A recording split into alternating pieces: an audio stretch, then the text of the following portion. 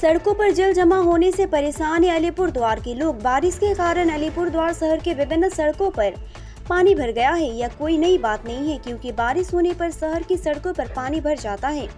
जल निकासी की व्यवस्था ठीक नहीं होने के कारण कई इलाकों में सड़क पर पानी देखा जा सकता है, जिससे इलाके के निवासी परेशानी। इस संबंध में स्थानीय लोगों ने बताया कि थोड़ी सी बारिश होने पर सड़क पर पानी जमा हो जाता है। प्रशासन को कई बार जानकारी देने के बाद भी कोई कदम नहीं उठाया जा रहा है। ड्रेनेज सिस्टम नहीं होने के कारण सड़कें नदियां बनती दिख रही है। सड़क पर पानी जमने से लोगों का घर से निकलना मुश्किल हो गया है। उनकी मांग है कि प्रशासन इस समस्या के समाधान के लिए जल्द से जल्द आगे आए।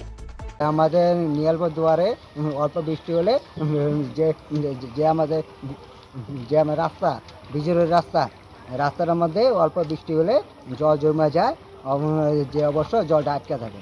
জলটা মানে যে যে যে কোন দিকে মানে এসব পাস হবে ওই রাস্তাটা নাই, হাঁটু দিয়ে জল হয়।